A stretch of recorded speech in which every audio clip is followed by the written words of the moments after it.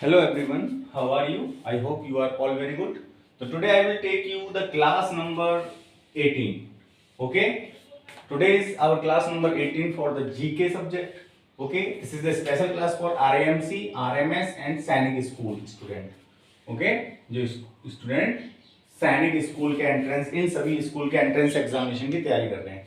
तो आज की इस क्लास में मैं आपको लेके आया हूं कि सन हमें किस तरीके से एनर्जी प्रोवाइड करता है, सन हमें किस तरीके से एनर्जी देता है और सन के अंदर कैसे एनर्जी क्रिएट होती है, और वेदर के बारे में, क्लाइमेट के बारे में और विंड्स के बारे में, विंड्स की मूवमेंट के बारे में, है ना. इन चीजों के बारे में हम आपको आज इस क्लास में समझाएंगे. बहुत शॉर्ट क्लासेस है, मैक्सिमम से मैक्सिमम 8 से 10 मिनट की क्लास है. ध्यान से समझिएगा. Okay, so now let's start the class.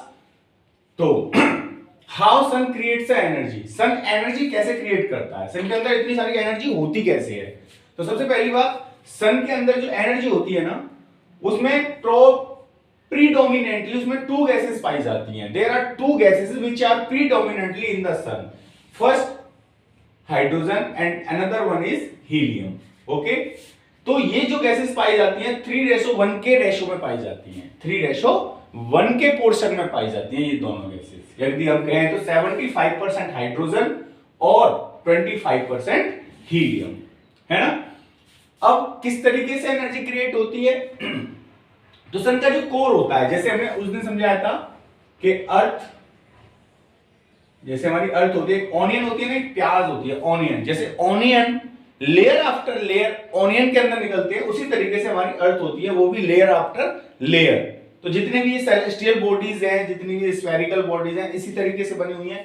तो ऐसे ही सन का जो कोर होता है, सन का कोर जो होता है, जैसे अर्थ का कोर मैंने समझाया था, तो जैसे सन का कोर होता है, सन का कोर एक्ट करता है किस तरीके से, न्यूक्लियर रिएक्शन होता है उसके अंदर. क्या होता है, हाइड्रोजन और हीलियम न्यूक्लियर रिएक्शन होता है. तब उसमें उस समय क्या होता है, हाइड्रोजन किस में कन्वर्ट हो जाती है, हीलियम में कन्वर्ट हो जाती है.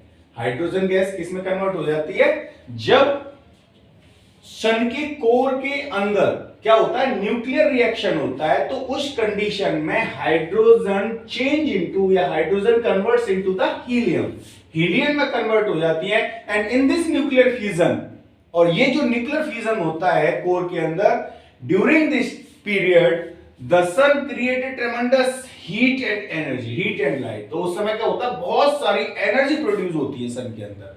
जब ये न्यूक्लियर फ्यूजन होता है उस समय क्या होता है, सन के अंदर बहुत सारी एनर्जी प्रोड्यूस होती है, जब हाइड्रोजन किस में चेंज हो जाती है, कन्वर्ट हो जाती है हीलियम में.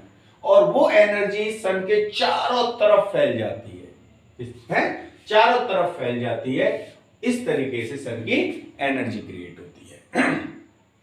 इंसोलेशन क्या होता है, इंसोलेशन इनकमिंग सोलर रेडिएशन, यानी सन की जो रेडिएशन इस अर्थ पे आती है और अर्थ के इंटरसेप्ट से वो जो होती है इनकमिंग सोलर रेडिएशन, उसे बोलते हैं इंसोलेशन.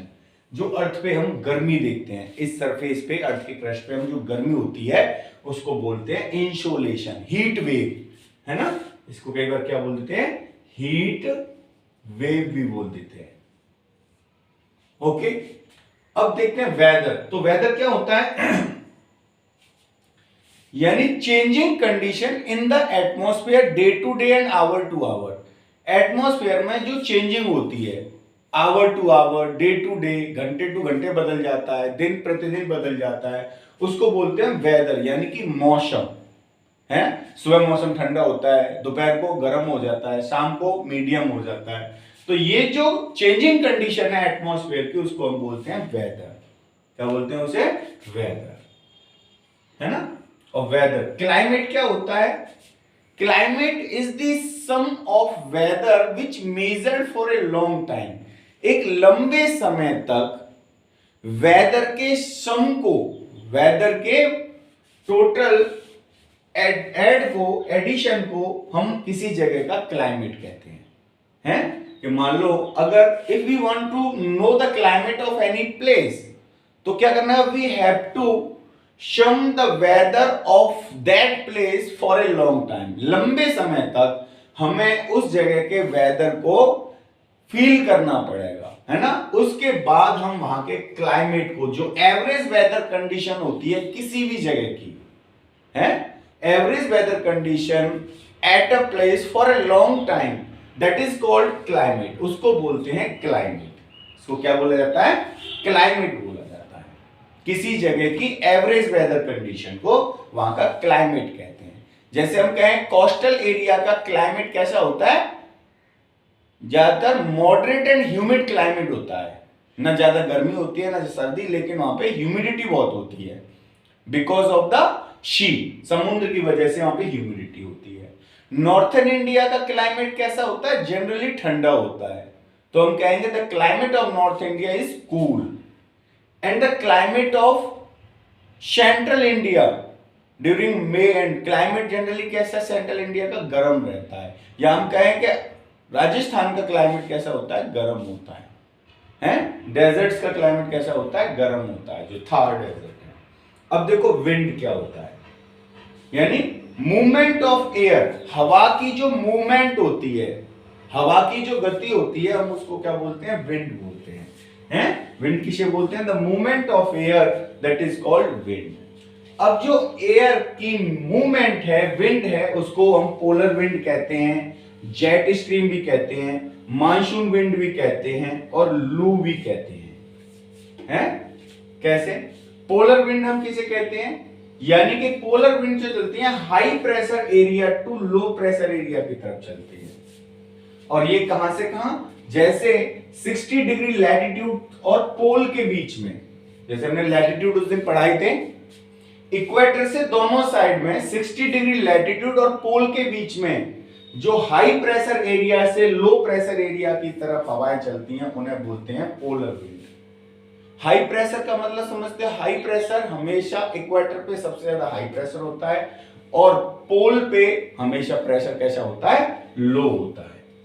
तो हाई प्रेशर एरिया से लो प्रेशर एरिया की तरफ चलने वाली जो हवा है उन्हें पोलर विंड कहते हैं। But these winds move between the latitude of 60 degree to pole, है ना? इस लैटिट्यूड के बीच में जो हवा चलती है उन्हें पोलर विंड कहते हैं। अब now come to the next, jet stream. Jet stream क्या होता है? Below with the high velocity, यानी तेज चलने वाली हवाएं जो होती हैं, और ये कहां चलती हैं? जेट स्ट्रीम ट्रोपोस्फेरोस, ट्रोपोपोज का मींस हमने उस दिन पढ़ा था ट्रोपोस्फेयर। ट्रोपोस्फेयर जो कि फोर्थ लेयर होती है एटमॉस्फेयर की, सबसे पहली नहीं, ट्रोपोस्फेयर सबसे पहली, ट्रोपोस, फिर स्ट्रेटोस, मीसोस, थर्मोस और उसके बाद एक्सोस।